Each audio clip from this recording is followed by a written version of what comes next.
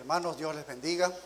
Sean todos bienvenidos. Es un gozo estar aquí y comenzar este año 2021 con la promesa del Señor de que ¿quién está contra nosotros si Dios está con nosotros? ¿Quién puede estar contra el Señor?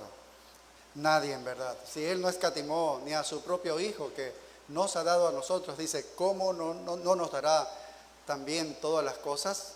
Bueno, esas son las promesas en las cuales descansamos nosotros por el poder y la soberanía de Dios. Y nosotros vamos a seguir. El mundo puede poner un nuevo orden, pero Dios tiene un orden para sus hijos. Dios tiene un orden establecido para su iglesia y eso no puede ser alterado por ningún orden que el mundo pueda establecer. Y eso es lo que hacemos y seguimos adelante. Bien, vamos a continuar con el estudio de las cartas del Apocalipsis. Y hoy vamos a estudiar la carta más larga de las 7 cartas que se dirigen a las iglesias del Apocalipsis. Y curiosamente es la ciudad más pequeña de las 7 ciudades también. Es la carta más larga y la ciudad más pequeña. Estamos hablando de la carta a la iglesia de Tiatira. Ahora, es interesante por la gravedad espiritual en la que se encontraba esta iglesia. Es mayor que la iglesia de Pérgamo. La última vez estudiamos y terminamos de estudiar la iglesia de Pérgamo, pero la gravedad de la condición espiritual de esta iglesia es mayor. Tiatira, como vamos a ver, tenía varios puntos que eran buenos en verdad. Pero al igual que la iglesia de Pérgamo se había comprometido con el error, se había comprometido con el pecado, pero en un nivel mayor todavía, en un nivel mayor. Si en Pérgamo las cosas malas habían empezado, en Tiatira ya habían florecido. Si Pérgamo se casó con el mundo, Tiatira estaba celebrando aniversarios. Así que era mayor el nivel de perdición.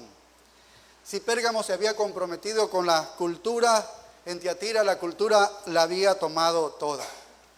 Así que esta carta muestra que el compromiso con el mundo conduce a la profundidad del pecado. Y en última instancia, como vamos a estudiar, a la idolatría y a la inmoralidad, a gran escala. Porque esta iglesia entró a gran escala en estos pecados. Y lo peor de todo, igual que Pérgamo, pero en mayor grado, tolerancia para el pecado. Esta iglesia que toleró el pecado, absorbió el pecado, absorbió el error, vivió feliz para siempre con el pecado. Es lamentable, pero esto es lo que puede ocurrir con cualquier iglesia. Este es el tipo de iglesia que ha existido a lo largo de la historia de la iglesia y es la iglesia que también es común ver el día de hoy. Una iglesia completamente incompatible con las demandas, con el orden establecido por el Señor Jesucristo para su iglesia. Así que vamos a leer, si me acompañan en esta lectura, en Apocalipsis 2, versos del 18 al 29, que dicen así. Y escribe al ángel de la iglesia en Tiatira, el Hijo de Dios, el que tiene ojos como llama de fuego y pies semejantes al bronce bruñido, dice esto: yo conozco tus obras y amor y fe y servicio y tu paciencia y que tus obras postreras son más que las primeras. Pero tengo unas pocas cosas contra ti, que toleras que esa mujer Jezabel, que se dice profetiza, enseñe y seduzca a mis siervos a fornicar y a comer cosas sacrificadas a los ídolos. Y le he dado tiempo para que se arrepienta, pero no quiere arrepentirse de su fornicación. He aquí, yo la arrojo en cama y en gran tribulación a los que con ella adulteran, si no se arrepienten de las obras de ella. Y a sus hijos heriré de muerte, y todas las iglesias sabrán que yo soy el que escudriña la mente y el corazón, y os daré a cada uno según vuestras obras. Pero a vosotros y a los demás que están en Tiatira, a cuantos no tienen esa doctrina y no han conocido lo que ellos llaman las profundidades de Satanás, yo os digo, no os impondré otra carga. Pero lo que tenéis, retenedlo hasta que yo venga. Al que venciere y guardare mis obras hasta el fin, yo le daré autoridad sobre las naciones, y las regirá con vara de hierro, y serán quebradas como vaso de alfarero. como yo también la he recibido de mi Padre. Y le daré la estrella de la mañana. El que tiene oído, oiga lo que el Espíritu dice a las iglesias. Bueno, por lo que vemos, esta iglesia había tolerado el pecado, había tolerado actos de inmoralidad y cierta implicación con los ídolos. Así había cierta idolatría, dice, a comer cosas sacrificadas a los ídolos. Vaya, esto es grave. Y no solamente que había tolerado, sino que había permitido que una mujer tome protagonismo en la iglesia y enseñe a la congregación, logrando desviar a muchos cristianos y adicionando creyentes falsos allí. Y el Señor entonces promete que va a juzgar a la iglesia y la va a juzgar severamente, lo hemos leído. Verso 24 dice, a cuantos no tienen esa doctrina y no han conocido lo que ellos llaman las profundidades de Satanás. Es tremendo. El Señor quiere que su iglesia sea santa, que en todos los sentidos sea intolerante al pecado. Y esto nos recuerda la primera instrucción que el Señor dio a la iglesia. Es la primera instrucción que el Señor Jesucristo dio para la iglesia. La iglesia todavía no se había formado. Se formó en Hechos capítulo 2, en la venida de Pentecostés. Pero en Mateo 18 y el verso 16, Jesús da una enseñanza sobre la iglesia que ya se iba a formar, previendo esto, y lo primero que enseña es justamente de poder caminar en santidad. Es de que no se debe tolerar el pecado. Mira, Mateo 18, 16, dice, por tanto, si tu hermano peca contra ti, dice, ve y repréndele estando tú y él solos. Si te oyere, has ganado a tu hermano. Mas si no te oyere, toma un contigo a uno o dos, para que en boca de 2 o 3 testigos conste toda palabra. Esto no es otra cosa que confrontar el pecado. Y no se trata de elegir una élite en la iglesia para que se encargue ahí de juzgar a los hermanos y de investigar la vida de los hermanos. No se trata de eso. Este mandato está dado a todos los miembros de la iglesia. Este mandato es para todos los miembros de la iglesia. Así que esto nos hace ver que el Señor quiere que su iglesia sea pura, porque Él dice, yo edificaré mi iglesia. Él dice que la iglesia de Él debe ser pura. Por lo tanto, esta primera instrucción que dio tuvo que ver con la pureza de la iglesia. Es decir, la iglesia no debe tolerar el pecado. Recordamos el primer concilio de Jerusalén, cómo se reunieron y estuvieron allí deliberando y discutiendo sobre algunos asuntos. Y finalmente ellos hablaron sobre cuál era la actitud que debían tener los cristianos gentiles para que ellos sean más eficaces en cuanto al evangelio, que no se debía estorbar con algunas otras cosas que estaban mezclándolas allí.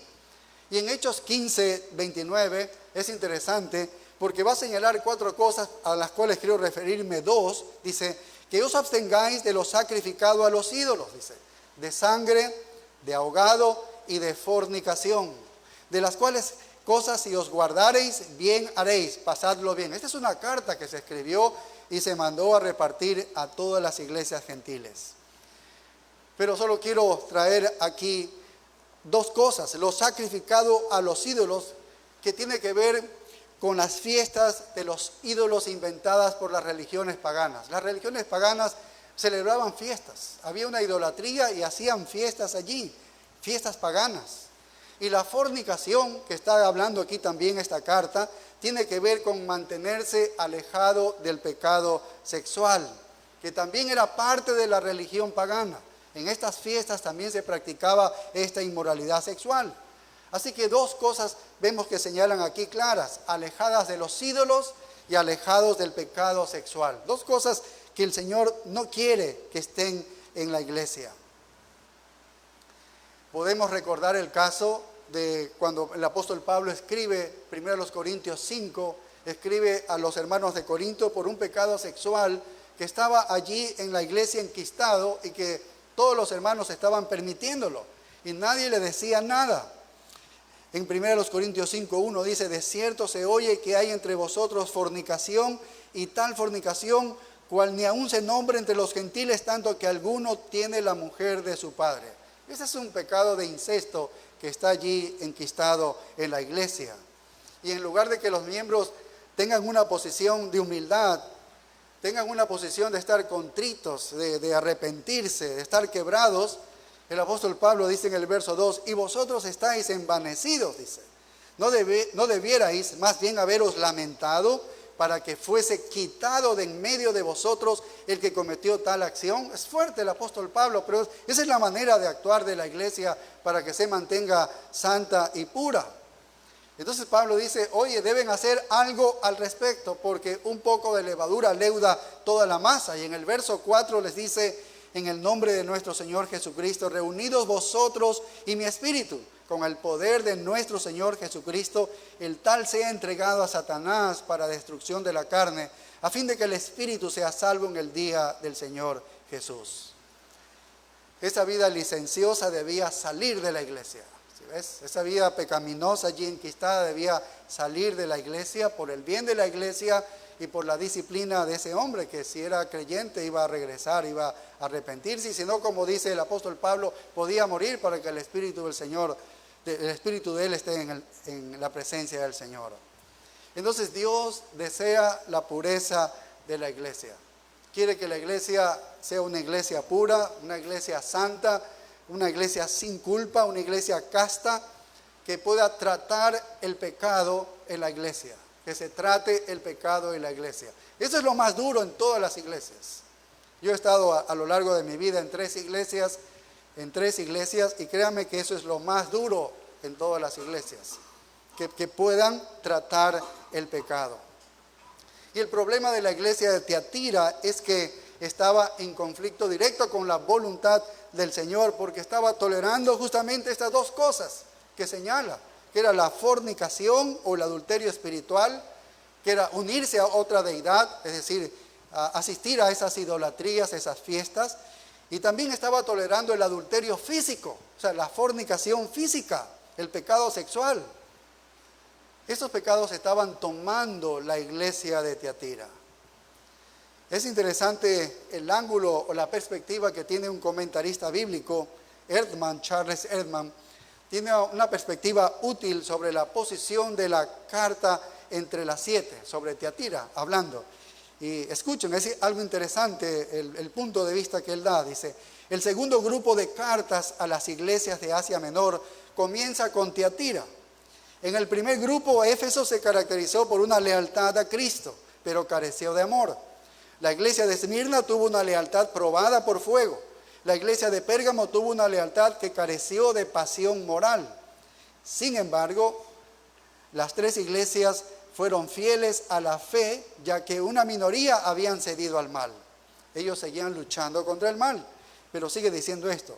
Pero en las iglesias de Tiatira, Sardis y Laodicea, la situación era mucho más grave. Aquí la mayoría de los asistentes habían cedido a la influencia desmoralizadora de la falsa enseñanza y habían pecado.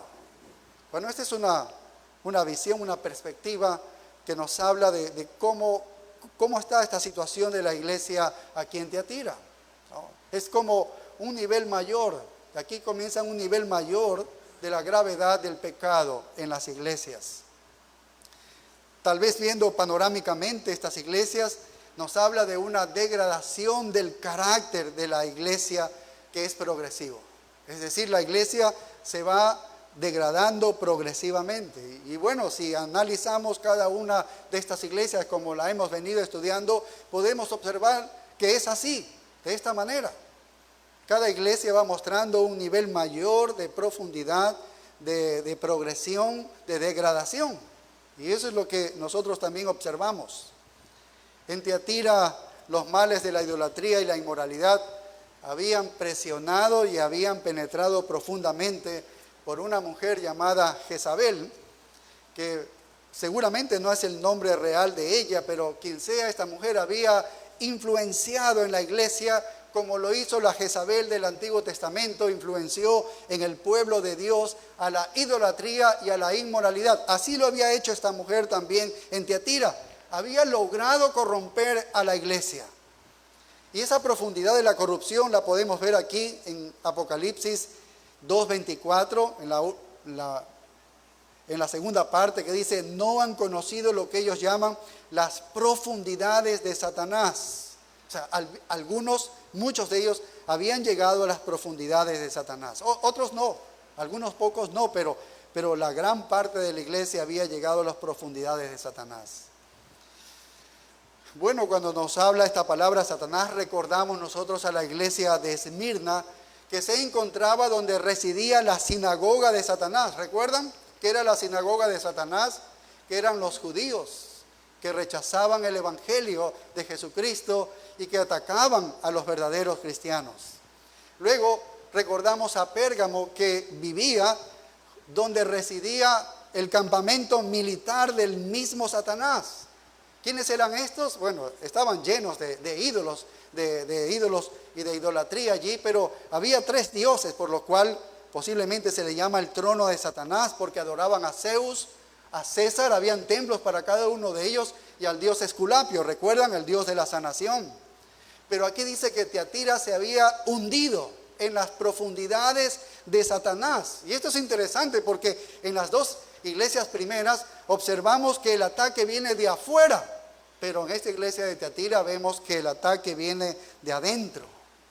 De adentro viene esto. Esto es grave.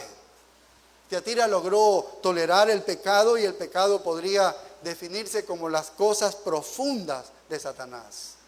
Habían llegado a la profundidad de la maldad de Satanás. Puede haber mucho de bueno en alguna iglesia, puede haber mucho de bueno.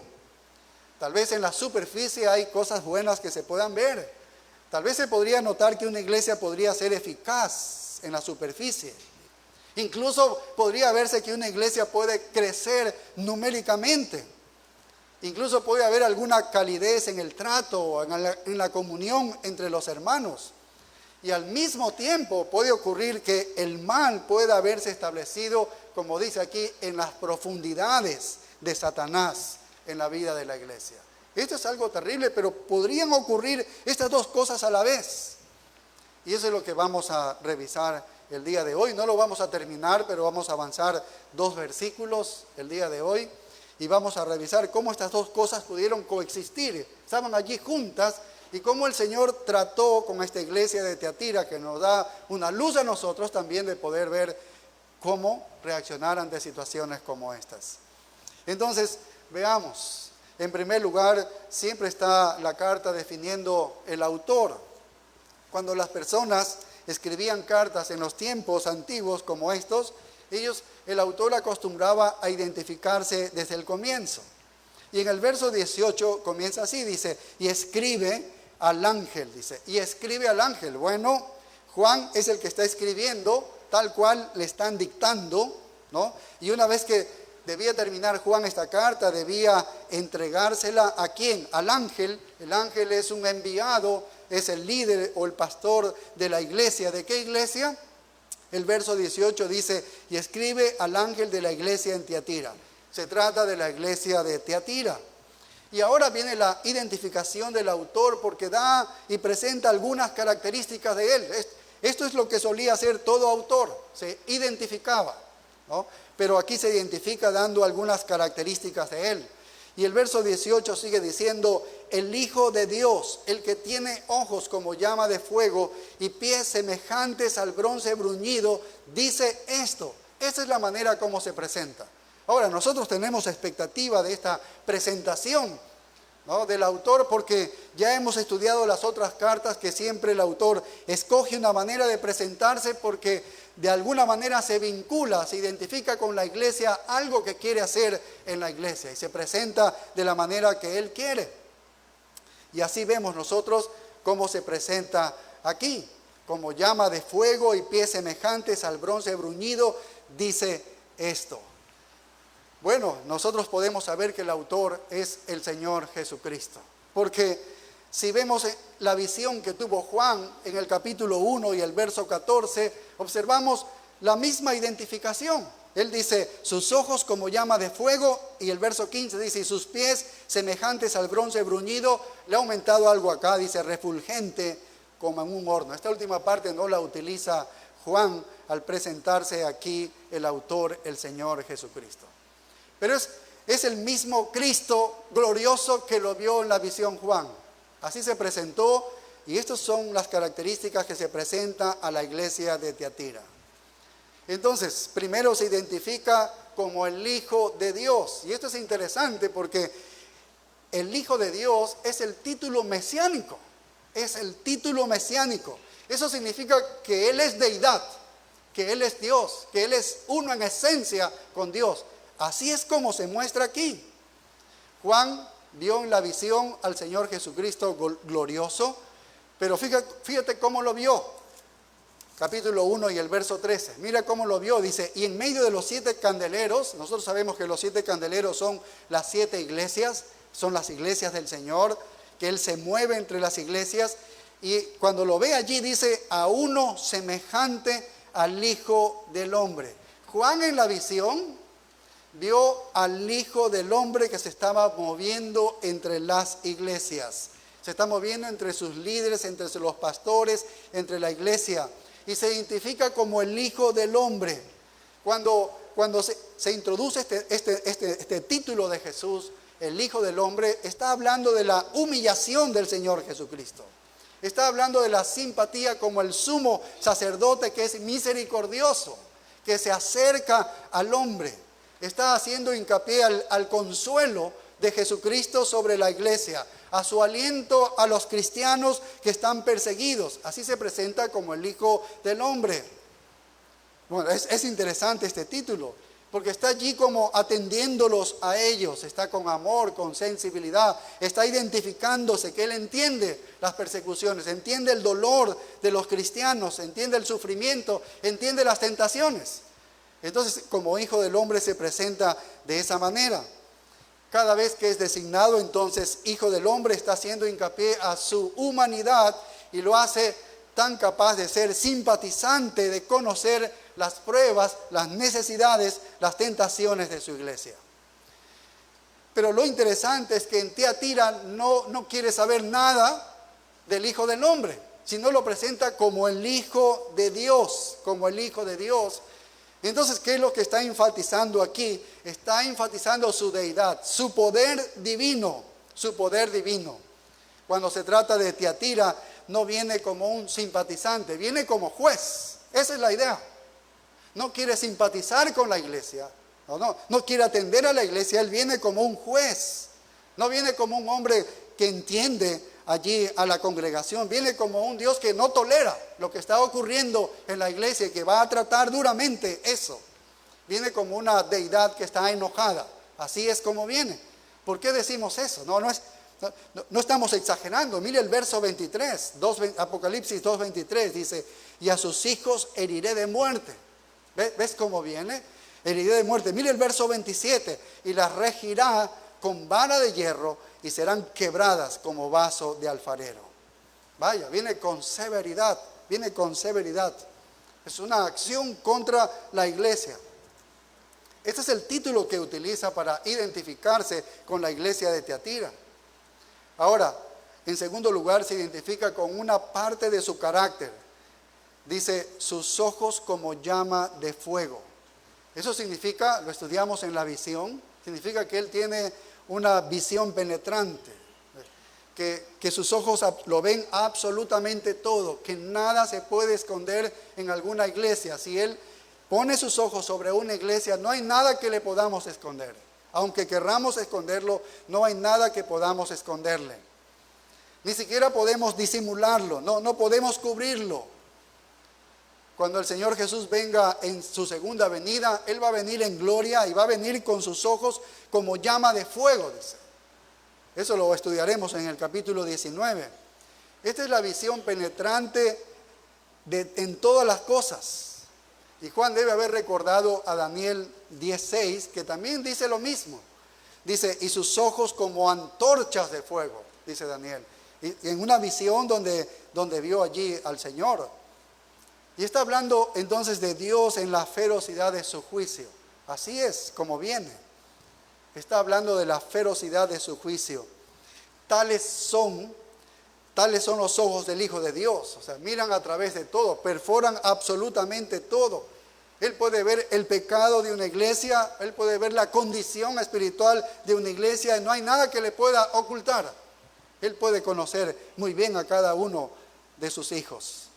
Entonces es como un láser que está viendo y está observándolo absolutamente todo. Él puede ver los defectos fatales del pecado en la iglesia.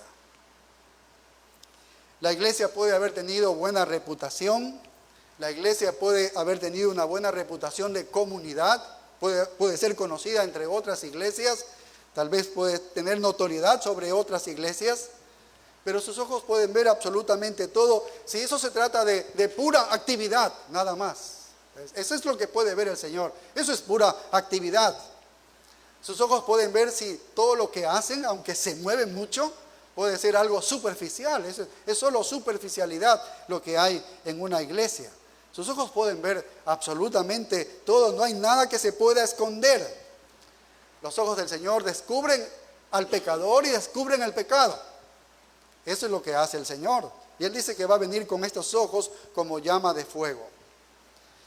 Y en tercer lugar, se identifica con otra parte de su carácter, el verso 18, estamos en Apocalipsis 2, 18, dice, y pies semejantes al bronce bruñido, dice esto. La imagen del metal puro refleja el brillo que está pisoteando la impureza, ¿no? Está pisoteando, destruyendo la impureza. Nos recuerda la visión de Cristo en 19:15, Apocalipsis 19, que dice, y Él pisa el lagar del vino del furor y de la ira del Dios Todopoderoso. Este juicio de Dios de pisar y destruir es aterrador. Es aterradora. Jesucristo va a esta iglesia de esa manera. Se presenta con un carácter de juicio a la iglesia de Tiatira. En realidad es una figura amenazante cómo se va a presentar esta iglesia. Es aterradora. Si nos ponemos a ver, si así viniese a esta iglesia, es aterradora, en verdad, la figura, cómo viene el Señor. ¿Se imaginan lo que sucedió en la iglesia de Tiatira cuando se entregó esta carta y al siguiente domingo se la leyó en público y estaban todos los hermanos allí? Y entonces decía, voy a venir a ustedes de esta manera, como el Hijo de Dios, con los ojos como llama de fuego, y voy a destruir la impureza de la iglesia. Bueno, es aterrador. Y eso fue lo que vivieron ellos, esta iglesia. Esa es la iglesia que el Señor viene a juzgar. Dios no es un tirano mezquino, Dios no es un gobernante sentimental. Él tiene el poder de hacer el juicio devastador y tiene la santidad para no tolerar el pecado. Si Tiatira no cambiaba, entonces ellos serían atrapados en este juicio severo, como les está advirtiendo. Y ahora pasamos a hablar un poco de la ciudad de Tiatira. A medio camino de Pérgamo a Sardis se encontraba Tiatira. Es decir, si usted quería movilizarse de Tiatira, de Pérgamo a Sardis, en medio se iba a encontrar a unos 40 millas, se encontraba esta ciudad de Tiatira. Es interesante, estamos hablando de la parte noreste de Asia Menor. Los romanos la habían ocupado en el año 190 antes de Jesucristo. Y la ciudad estaba ubicada en un valle muy largo, allí estaba. No tenía fortificaciones esta pequeña ciudad, no tenía ninguna defensa natural o montañas que podrían protegerlo o algo así, no tenía nada en absoluto. Entonces, Tiatira es una historia larga de conquistas, destrucciones y reconstrucciones. A lo largo de toda la existencia de esta ciudad fue así. La conquistaron, destruyeron y la volvieron a reconstruir, ¿no? Y esto ocurrió desde el tiempo de los romanos, desde antes de los romanos hasta los tiempos modernos. Todos los enemigos que querían entrar a Asia Menor, ellos bajaban por ese valle, por donde estaba Tiatira. Era un valle y ahí se encontraba Tiatira. Todo enemigo de otro lugar que quería bajar a Asia Menor debían descender por ese valle. Así que tenían que pasar obligatoriamente por Tiatira. Y así siempre devastaban aquella ciudad de Tiatira, porque era pequeña, indefensa. Siempre estaban aparentemente en peligro de que ejércitos vengan y marchen allí en sus calles. lo que le dio significado a Tiatira es que era la puerta de entrada a Pérgamo. En realidad, para Pérgamo era la ciudad más importante allí, cercana, y siempre que alguien tenía que entrar a Pérgamo, entonces tenía que pasar por Tiatira. En el tiempo de los griegos, estaba poblada por soldados de Alejandro Magno, como una línea de la defensa para que las tropas en Pérgamo pudieran detenerlos de alguna manera. El enemigo venía a conquistar Pérgamo, pero utilizaron a Tiatira como un lugar para entretenerlos, para tomar tiempo, ¿no? Y luego que accesen a Pérgamo. Entonces mandaban soldados también de Pérgamo allí en Tiatira, y allí se desenvolvían ciertas luchas antes de llegar a Pérgamo. Así que era un lugar en verdad donde siempre ocurrían batallas, ¿no? Ahora, esta ciudad se convirtió en el centro de lana y de teñido de tela. Los historiadores también dicen que se convirtió en el centro de los gremios. Aquí es donde empezaron a hacer los gremios, muy parecido a lo que hoy nosotros conocemos como los sindicatos. Las personas que tenían un mismo oficio se reunían y formaban los gremios comerciales, y lo hacían más que en otras ciudades, sobresalían más que en otras ciudades. Lo prominente allí en esta pequeña ciudad era el teñido de la tela. En eso se habían caracterizado en este tipo de comercio. Y nosotros podemos recordar una conexión que hay en Hechos 16:4. ¿Recuerdan cuando estudiamos el libro de los Hechos y Pablo está en su segundo viaje misionero y llega a la ciudad de Filipos y se encuentra con una mujer llamada Lidia, que era de Tiatira, dice? ¿Recuerdan? Ella era de Tiatira, de esta ciudad que nosotros estamos hablando. Y dice de la profesión que ella tenía, ¿no? En Hechos 16:14 dice: entonces una mujer llamada Lidia, vendedora de púrpura, ¿ves? Que son el color púrpura, de la ciudad de Tiatira, que adoraba a Dios, estaba oyendo, y el Señor abrió el corazón de ella para que estuviese atenta a lo que Pablo decía. Entonces vemos que Lidia era parte de la industria textil allí, y fue salvada cuando oyó el Evangelio, cuando el apóstol Pablo fue y predicó. Ella fue el primer convertido en Europa, y no sería nada extraño que Lidia haya regresado a Tiatira junto con sus familiares y convertidos y hayan comenzado allí la iglesia, posiblemente. Pero este tinte púrpura que se usó allí era mundialmente famoso, o sea, todo el mundo conocía, y provenía de dos fuentes. Una fuente era de una especie de madera raíz que crecía alrededor de la ciudad de Tiatira, y de esa raíz podían extraer ese tinte púrpura. Era un poco complicado, un poco difícil. No lo conseguías en otro lugar, sino en esa raíz que salía a los alrededores de Tiatira. Y de donde sacaban también un tinte era de un pequeño pez tipo concha en el mar. Allí sacaban también de una manera dificultosa una gota de este tinte púrpura. Por lo tanto, por la dificultad de conseguirlo, era costoso. Pero tenía un comercio grande en ese mundo antiguo. Esta pequeña ciudad floreció como un centro comercial de este tinte púrpura para pintar las prendas. Fue interesante. En algo se destacó con los romanos. Hoy Tiatira es una pequeña ciudad también, tiene alrededor de 25,000 personas que viven allí, y el principal medio de vida de hoy es lo mismo, se dedican al comercio, a tejer alfombras orientales, así que siguen en el negocio textil ellos. Y lo interesante, como dijimos, es que las personas que tenían un mismo oficio se unían para formar los diferentes gremios, pero lo interesante aquí, o lo grave que se vuelve aquí de estos gremios, es que cada gremio que se formaba en esta ciudad de Tiatira tenía un dios, ¿no? El gremio de los que pintaban, el gremio de los que hacían tal oficio, tenían un dios diferente, ¿no? Que se entregaba particularmente a cuidar de ellos. Este dios cuidaba a todo el gremio del oficio tal.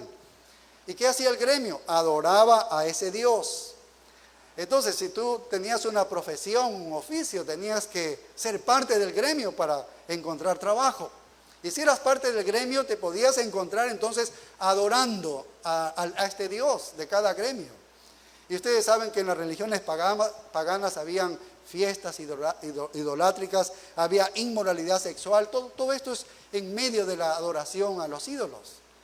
Entonces, eso es lo dificultoso para un cristiano. Si tú te encontrabas allí, tenías un gran problema, porque no podrías encontrar trabajo si no te unías a los gremios. Si te unías a los gremios, te podías encontrar entonces obligado a adorar a los ídolos.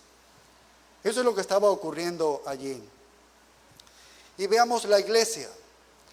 ¿Cuándo comenzó la iglesia? Bueno, dijimos que posiblemente con Lidia pudo haber comenzado la iglesia. Si regresó a Tiatira, a su ciudad, y allí junto con su familia comenzó la iglesia, es muy posible. El apóstol en Hechos 16 nos narra de que no solamente fue convertida Lidia, sino todos los que estaban en su casa allí en Filipos. Y si ella regresó con toda su familia, es muy posible que hayan comenzado entonces la iglesia en su casa. Pero posiblemente es como le hemos dicho en cada una de las cartas anteriores, que esta iglesia pudo haber comenzado por ese ministerio fuerte del apóstol Pablo en la iglesia de Éfeso, que estuvo por 2 años y medio. ¿Recuerdan? En Hechos 19:10 dice: así continuó por espacio de 2 años, de manera que todos los que habitaban en Asia, esta está Asia Menor, y están todas estas ciudades, todas las 7 ciudades del Apocalipsis, dice, judíos y griegos oyeron la palabra del Señor. Así que pudo haber sido por la extensión de la evangelización en Éfeso que llegó también a esta ciudad de Tiatira. Hombres que escucharon el evangelio allí, fueron salvados, regresaron a Tiatira y fundaron esta iglesia. Pudo haber sido eso. No tenemos exactamente, no sabemos cómo fue, pero son 2 posibilidades. Esta carta fue escrita a finales del siglo I. Sabemos que fue por el año 96 que Juan está escribiendo esto, pero a finales del 2º siglo ya esta iglesia había desaparecido. Ya esta iglesia no existía, ya esta iglesia fue borrada del mapa. No había iglesia cristiana, no estaba la iglesia del Señor ya para finales del siglo II. Así que el problema que enfrentaba esta pequeña iglesia no era lo que nosotros podemos pensar como en las otras iglesias, la persecución. Era un problema fuerte de que tú tenías un gremio y tenías que adorar allí porque pertenecías al gremio, o si no te quedabas sin trabajo. Esto es un problema que podríamos decir que vivían los miembros de la iglesia de Tiatira. Pero el problema no era externo en realidad. El gran problema que vivía Tiatira era algo de dentro. No se trataba de los lobos que estaban atacando allí a los miembros, a las ovejas de la iglesia. No era esa. El problema está en el mismo interior de la iglesia. Eran personas perversas que estaban dentro de la iglesia. Ese es el gran problema que tenía Tiatira. Había una mujer y esta mujer había llegado y había conseguido prominencia y había conseguido que comience ella a enseñar públicamente en la iglesia, y muchos cristianos estaban escuchándola a ella y se estaban comprometiendo con el mundo de una manera total. ¿Qué cosas enseñaba? Podríamos imaginarnos lo que tal vez les decía: oye, aprovechándose de que si te unías a un gremio, oye, mira, vas a perder el trabajo. Tal vez haciendo un foco esto del trabajo, podría haber dicho, vas a perder el trabajo, así que si te unes al gremio y te llevan a adorar a los ídolos, no hay problema, puedes hacerlo. Porque si no te quedas sin trabajo y no vas a poder dar las ofrendas aquí a la iglesia para sostenerla. Posiblemente haya dicho algunas cosas seguramente un poco razonables para ellos, porque nadie podría decir, oye, vayan a hacer el pecado de una iglesia. Tendría que haberle dado algunas razones lógicas para los creyentes, ¿no? Pero torcidas en verdad. Y lamentablemente tuvo un efecto en esta iglesia. O probablemente, como algunos dicen, puede haber utilizado ese dualismo filosófico histórico, desde ese tiempo existía, que no importa lo que tú hagas con el cuerpo, con la materia es mala, así que puedes hacer lo que sea, puedes ir a la fiesta, puedes idolatrar, puedes ir a los ídolos, adorarlos, puedes cometer inmoralidad sexual, puedes embriagarte, no hay problema, el cuerpo es malo, lo importante es que tu espíritu esté bien con el Señor. Así hay algunos hoy en día, Pero es posible que esto existía también en ese tiempo y esta mujer haya dicho cosas como estas, ¿no? Tu espíritu es lo único que le interesa al Señor. Eso es falso, sabemos que es falso, ¿sí? Pero podría haber sido una de las cosas que podría haber usado esta mujer. Y este tipo de seducción a la iglesia funcionó y los desvió, fue seduciendo en esta iglesia, como dice el verso 20. Nosotros nos preguntamos cómo podrían ocurrir que cristianos crean esto, tomen esto como una verdad, ¿no? Pero cristianos pueden comprar cosas como estas en verdad. Podrían creer cosas como estas si le presentas algún argumento lógico que justifique de alguna manera que te vas a quedar sin trabajo o hacer alguna otra cosa. Y lo podrían como pensar. O decir, no importa la carne, lo único que importa es el espíritu, así que haz lo que quieras y que no hay ningún problema. Pero aquí hay una iglesia que está atrapada en una trampa muy difícil, teniendo que tomar una decisión difícil, porque aquí hay algunos cristianos que podrían perder su trabajo si no participaban en lo que el gremio requería. Y esta mujer entonces apela a esa necesidad básica de trabajo y se le pudo ocurrir una filosofía lógica como esta y entonces torcer a muchísimos en esta iglesia. Esto fue lo grave de la iglesia. Este fue donde estaban atrapados esta iglesia. No era de afuera, era de adentro en verdad. De adentro fue, por esta mujer. Ahora es interesante, veamos en último lugar el elogio. Aquí, en el versículo 19 dice, yo conozco tus obras. Yo conozco tus obras. Es como decir, yo conozco tus esfuerzos. Es todo lo que has logrado. Sé lo que haces. Sé todo lo que haces.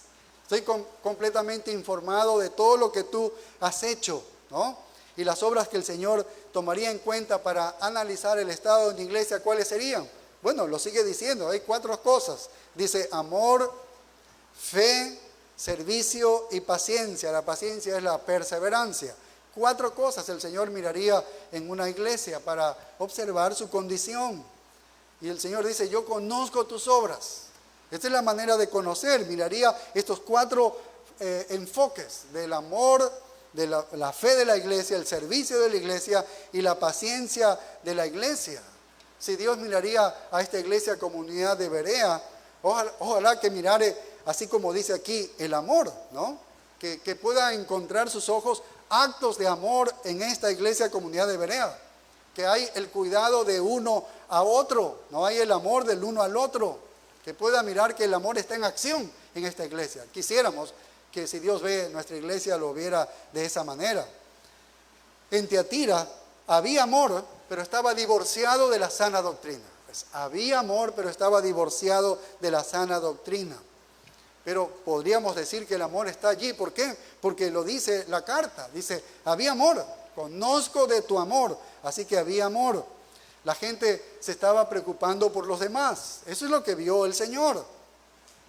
Pero recordemos que aún en iglesias liberales hay gente que se preocupa el uno por el otro. Aún en las ciudades, en esos lugares donde hay mucha pobreza, hay personas con un corazón muy caritativo. La bondad natural la bondad humana haría todas estas cosas de dar y darse a otros. O sea, tampoco nos engañemos de que hay bondad humana que podría llegar a eso. Esta iglesia era un grupo amoroso. Dios vio a esta iglesia, vio sus obras y vio amor allí, actos de amor en esta iglesia. En cierto sentido, lo que estaba menguando en Éfeso, porque en Éfeso menguó el amor, aquí seguía siendo fuerte. Tiatira tenía fuerte su amor. Hay personas que dicen, yo voy a esta iglesia, aunque sé que su doctrina es deficiente, su enseñanza es mala, pero realmente allí tienen amor, hay calidez. ¿Ha escuchado usted alguna vez eso? Bueno, es posible, no nos negaríamos a eso. No nos negaríamos a eso, que pueda haber amor y no exista una verdadera enseñanza bíblica, una enseñanza realmente buena. Es muy posible que exista esto. De hecho, he conocido una iglesia donde la doctrina es mala, no es buena, pero el hombre que está allí tiene ciertas características de muy sentimental, muy dado a las personas, muy amoroso, y entonces eso gusta también a las personas. y hace sentir bien. Entonces, crean como un tipo de aura en la que puede florecer aparentemente la iglesia. Nosotros no queremos minimizar este tipo de amor, pero debemos ir más allá, como está viendo el Señor. No solo ve el amor, ve otra área, ve la fe de ellos también. O sea que debemos ir del amor también, ir y ver la fe, ¿no? Este es el concepto de fidelidad. Ellos habían sido encontrados fieles, ¿no? Es decir, que ellos eran consistentes, estaban allí, eran confiables. Está identificando a un grupo de verdaderos cristianos. En el verso 25 dice, pero lo que tenéis, dice, retenedlo hasta que yo venga. Dice. Quiere decir que hay un grupo fieles de hermanos allí, verdaderos creyentes que son fieles. Dice, pero lo que tenéis, dice, retenedlo hasta que yo venga, dice el verso 25. Así que sí nos habla de fidelidad. Hay un grupo de hermanos que eran fieles. De hecho, los está animando a seguir en esta fidelidad. Así que el núcleo, no toda la iglesia, el núcleo de esta iglesia tiene amor y tiene fe. Vemos dos cosas que están cruzadas cuando vamos a las Escrituras, las vemos siempre cruzadas, se unen en ellas en las Escrituras.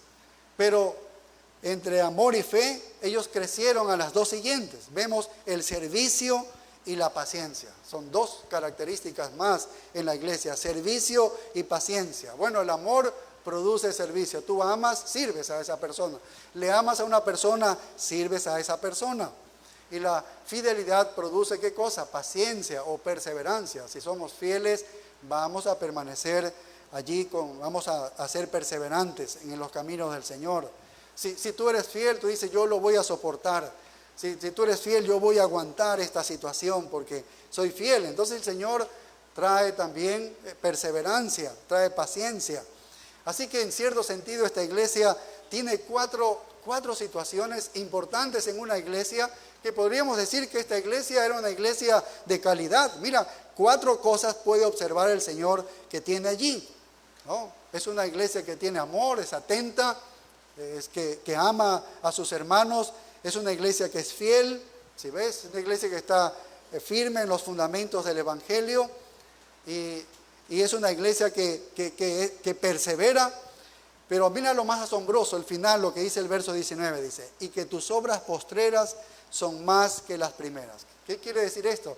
Que en todas esas 4 áreas habían crecido, habían avanzado, ¿no? Tal vez al comienzo fueron incipientes estas 4 cosas, pero luego se hicieron más fuertes, en mayor grado llegaron, ¿no? Y entonces se habían aumentado, ellos estaban avanzando en realidad. Es un tremendo elogio para cualquier iglesia. Y uno pensaría, pero si una iglesia tiene estas 4 cosas, sería una iglesia en realidad imbatible. No podría tener nada malo en una iglesia así, pero eso es lo que vamos a observar inmediatamente de que no es así. Hasta que nos damos cuenta en las primeras palabras del verso 20. Mira lo que dice el verso 20. Pero tengo unas pocas cosas contra ti. ¿Qué cosas? Que toleras a esa mujer, dice. Toleras a esa mujer. Un falso maestro que está enseñando. Están tolerando el pecado. Es increíble porque hay mucho amor en esa iglesia. Hay gente que es fiel en esa iglesia. Hay gente que está perdurando a través del tiempo en los momentos difíciles. Si ves, está perdurando allí, son compasivos, amorosos. Pero no es una iglesia fuerte, es una iglesia débil.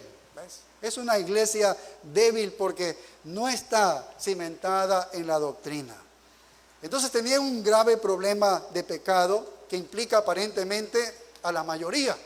La mayoría estaba cayendo en esto porque toda la iglesia estaba tolerando estas cosas, esta enseñanza, esta prominencia de esta mujer y las enseñanzas que ella estaba dando. No estaban haciendo nada al respecto, la mayoría de los que pertenecían a esta iglesia. Podemos decir que el amor es muy bien, está correcto. Sirves en la iglesia, es algo correcto, ¿sí ves? Eres fiel en el Evangelio, es correcto. Perduras en los caminos del Señor en los tiempos difíciles, está bien que perduremos. Pero cuando se trataba de decirle que debes ocuparte del pecado y de la doctrina, no nos pongas en ese problema. Nosotros no servimos para eso. No queremos tener una posición fuerte sobre el pecado. No queremos. No queremos tener una posición fuerte sobre el pecado, no queremos tener una posición fuerte sobre la doctrina. La Biblia dice que una mujer no debe enseñar y predicar de manera pública en la iglesia. Se lo puede hacer a otras mujeres públicamente, lo puede hacer en las escuelas dominicales, a los niños, a otras mujeres, pero en el seno de la iglesia, como estamos aquí, una mujer no puede enseñar. Reiteradamente lo dice el apóstol Pablo en algunas de sus cartas. Eso es un pecado grave. La Escritura es muy clara en que no hay lugar en la vida de un creyente para la idolatría, y este es un pecado grave. Incluso el apóstol Pablo dijo que cuando vengamos a la mesa del Señor, como lo vamos a hacer dentro de un momento, que es un momento tan especial para nosotros porque recordamos la muerte de Cristo, el sufrimiento de Él, como si fuese el día de hoy que hubiese muerto. Estamos recordando la obra de Él por nosotros. Lo debemos hacer, dice, no vengas como lo haces sacrificando a los ídolos. O sea, lo debes hacer santamente, lo debes hacer bien. Y esta iglesia dice, nosotros no queremos lidiar con el pecado en absoluto. La iglesia estaba siendo muy tolerante, estaban muy débiles. Esto es común en las iglesias. Es común en las iglesias no tratar el pecado. Es común en las iglesias no tratar en el pecado. No se quiere lidiar con el pecado. No quieren afirmar la sana doctrina. Y decirle a esa señora, decirle no puedes enseñar. No quieren decir eso. Oye, la Biblia dice, el apóstol Pablo dice, el Señor dice que no deben enseñar las mujeres. No querían decirles, no querían enseñar eso. La gente no quiere decir, oye, es pecado lo que estás haciendo, oye, esto es un error. No quieren decir eso, ¿sí ves? No quieren decir eso. La iglesia no quiere hacer eso. El amor está bien, la fidelidad está bien, el servicio está bien, la paciencia está bien, pero no son suficientes. No son suficientes. No son suficientes. Debe haber un compromiso con la sana doctrina y la vida santa. Tiene que haber un compromiso. Éfeso tenía la doctrina y echaba de menos el amor. Tiatira tiene el amor, pero perdió la sana doctrina. Hoy en día tenemos los dos extremos. En las iglesias existen los dos extremos. Tenemos unos perfeccionistas doctrinales, morales, de mente terribles, que ponen unas líneas terribles en la iglesia. No, son gente despiadada. No, trata el pecado de una manera terrible, son ofensivos.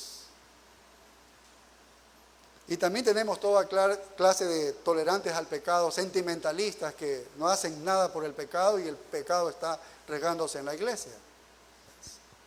Son dos extremos que debemos evitar. Son dos extremos que nosotros debemos evitar. El orden del Señor para la iglesia es que debemos tener la vida santa, ¿ves? Ambos polos son desastrosos, destruyen la iglesia en verdad. El deseo de Dios es que tengamos nosotros el equilibrio de santidad y amor. Santidad y amor, ¿ves? Santidad y amor para no ser ofensivos, destructores de hermanos. Y eso se necesita el amor. Y no ser solamente sentimiento, donde no pongas y no hables del pecado a los hermanos, porque entonces permites el pecado en la iglesia.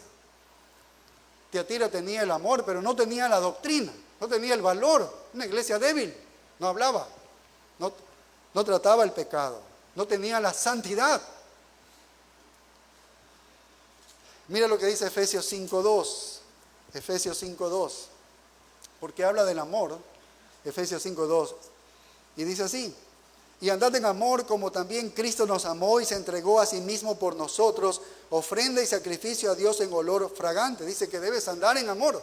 Nos invita a andar en amor. Pero mira cómo es que debemos andar.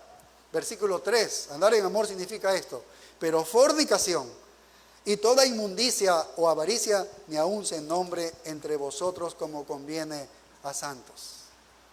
Entonces no dejemos que el amor, nuestro amor descienda a la inmoralidad. No dejemos que nuestro amor descienda a la inmoralidad. Caminamos en amor, pero también hay santidad. ¿Ves? Hay amor y hay santidad. Eso es lo que debe haber. No debemos tolerar el pecado en nuestras vidas y en la vida de nuestros hermanos. Hace unos 4 años asistí a una conferencia que daban aquí sobre de línea reformada. La primera vez que asistí a una conferencia aquí en Guayaquil de línea reformada, aquí en una iglesia local que la realizó. Y habían varios pastores ahí, bueno, muchos pastores. Yo conversé con uno después de la exposición de uno de estos pastores y hablaba sobre que era pecaminoso la mujer enseñando en la congregación. Entonces, él me confesó, este pastor, porque hablando con él, se sinceró y me dice, en mi iglesia, dice, hay mujeres que están predicando. Y yo le digo, pero ¿cuántos años tienen reuniéndose aquí? Para mí era la primera vez y conocía la primera vez eso. Él dice, ya llevamos algunos años aquí reuniéndonos. ¿Y tú sabes esto? Sí. ¿Y cómo no has podido enseñar en la iglesia de que la mujer no debe enseñar en la congregación? Uy, es que no se puede, dice. Es difícil. ¿Ves? Eso es una iglesia débil. Solo es el amor y no estás poniendo la doctrina, no estás tratando con el pecado, no estás lidiando con el pecado. Tienes que decir a la congregación y a las que están fungiendo de pastoras que dejen el cargo porque simplemente la Biblia dice que es pecaminoso eso. Y eso es lo que estaba pasando aquí en Tiatira. Por eso es que el Señor viene con esos ojos ardientes y esos pies también que vienen a destrozar, ¿no? Listos para destruir a aquellos que están pecando con esta mujer Jezabel. Hay más todavía, lo vamos a ver la próxima semana. Oremos. Gracias, Señor, por lo que nos enseñas. Padre, suplicamos tu ayuda. Es imposible que nosotros podamos tener un equilibrio de estas cosas. Es imposible, humanamente no lo podemos producir. Solo tú puedes producirnos. Dándonos santidad, Señor, para tener el equilibrio entre el amor y la doctrina y tratar con el pecado y vivir en santidad, Señor. Padre, ayúdanos. Ayúdanos a cada uno de nosotros, los que conformamos esta iglesia, comunidad de Berea. Ayúdanos que este nuevo año podamos vivir de esta manera. Que seamos una iglesia que se caracterice por el amor, por el servicio, por la fe, por la perseverancia. Pero también, Señor, por una vida santificada.